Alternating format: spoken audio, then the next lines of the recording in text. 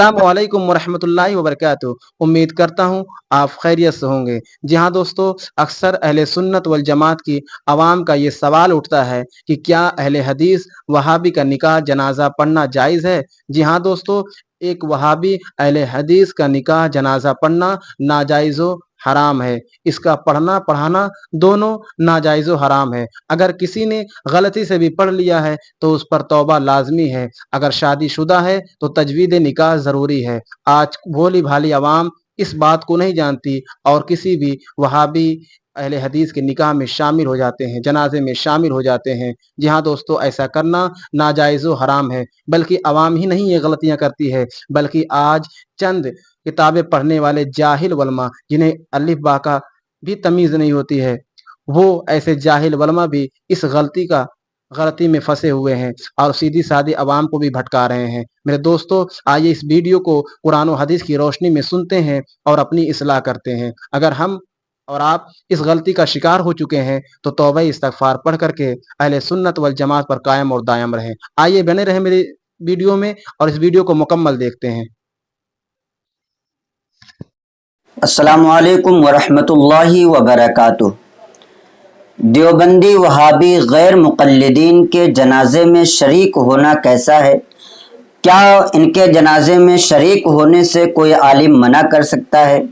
क्या नबी करीम सल्लल्लाहु ताला अलैहि वसल्लम ने किसी की जनाजा पढ़ने से मना किया या दूसरों को उनकी जनाजा में जाने से मना किया? ये सारे सवालात जो है आम तौर पर लोगों के जहनों में आते रहते हैं कि उलमा जो है ये इनके कब्रों पर जाने से, इनके जनाजा में शरीक होने से, इनके लिए दुआ करने से मना करते हैं।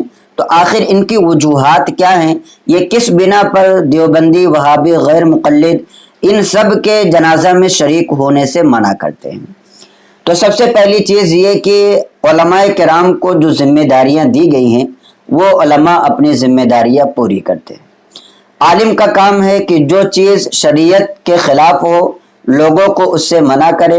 लोगों को अगर शरीयत के ख़िलाफ़ करता देखे तो उस बारे में लोगों को आगाह करे और शरीयत का जो मसला है उस बारे में आगाह करे। अगर कोई आलिम किसी वहाबी देवबंदी गैर मुक़ल्लिद वगैरह के जनाजा में शिरकत करने से मना करता है तो वह शरीयत के ऐन मुताबिक काम करता है, इसलिए कि शरीयत ने इनके जनाजा में हाजिर होने से और इनके जनाजा पढ़ने से मना किया है। तो अगर कोई इमाम, कोई आलिम, कोई सुन्नी आलिम दीन जो है इस बात के लिए मना करे तो ऐसी सूरत में हमारी आवाम को चाहिए कि वो बाज आ जाएं, वरना बहुत ही सख्त गुनहगार होंगे। यहाँ तक कि इन पर बहुत ही ज़्यादा सख्त हुक्म भी है जो अभी इंशाअल्लाह ताला मैं आपको आगे बताऊँगा। इनके जनाजा में शरीक क्यों नहीं होना चाहिए? तो इसकी वजह यह है कि वहाबी देवबंदी गैर मुक़ल्लिद वगैरह ये ज़रूरियात दीन का इनकार करते हैं और जो शख्स भी ज़रूरियात दीन का इनकार करे वो काफिर होता है।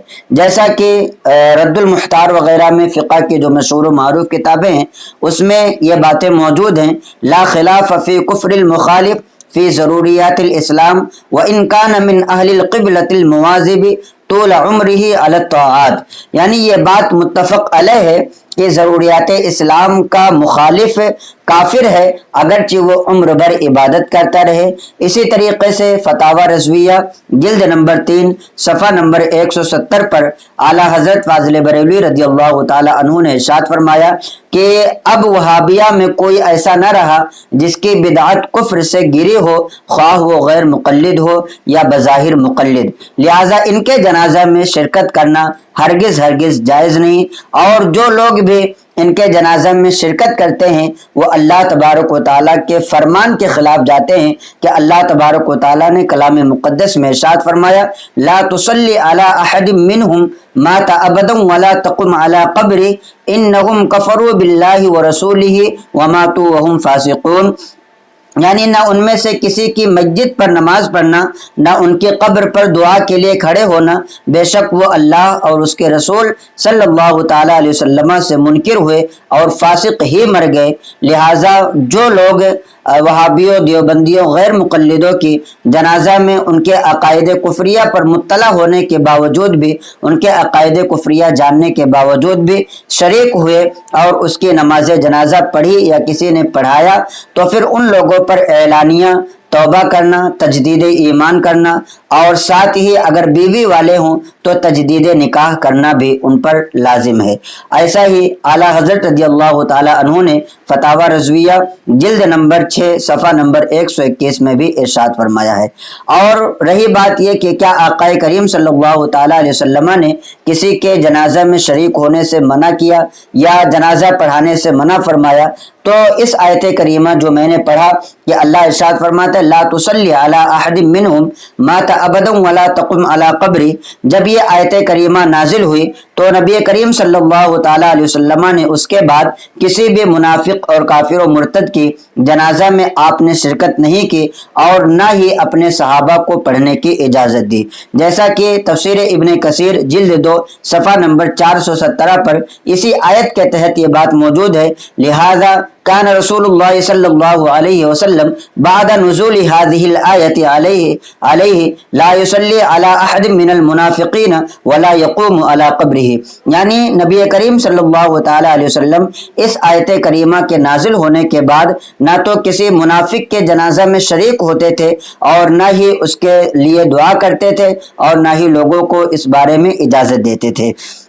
तो इससे पता चला कि नबी करीम सल्लल्लाहु ताला अलैहि वसल्लम ने खुद भी उनके जनाजे में शिरकत नहीं की और अपने सहाबा को उनके जनाजे में जाने से मना भी किया।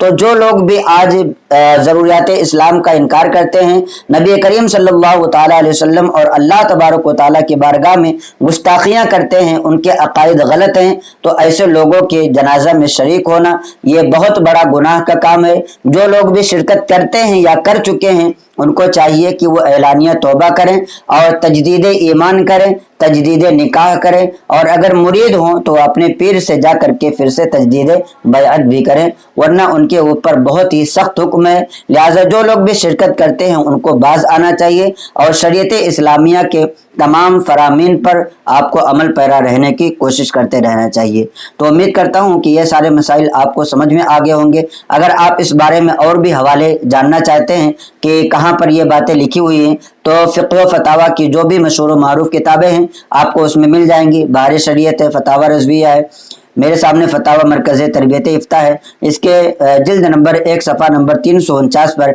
ये सारी बातें मौजूद हैं। अगर आप पढ़ना चाहते हैं तो आप इसको ज़रूर पढ़ें और अपने दोस्तों अहबाब को भी इस क्लिप को ज़्यादा से ज़्यादा शेयर करें ताकि उन्हें भी दीनी मालूमात हासिल हो। अस्सलामु अलैकुम व रहमतुल्लाहि व बरकातुहू।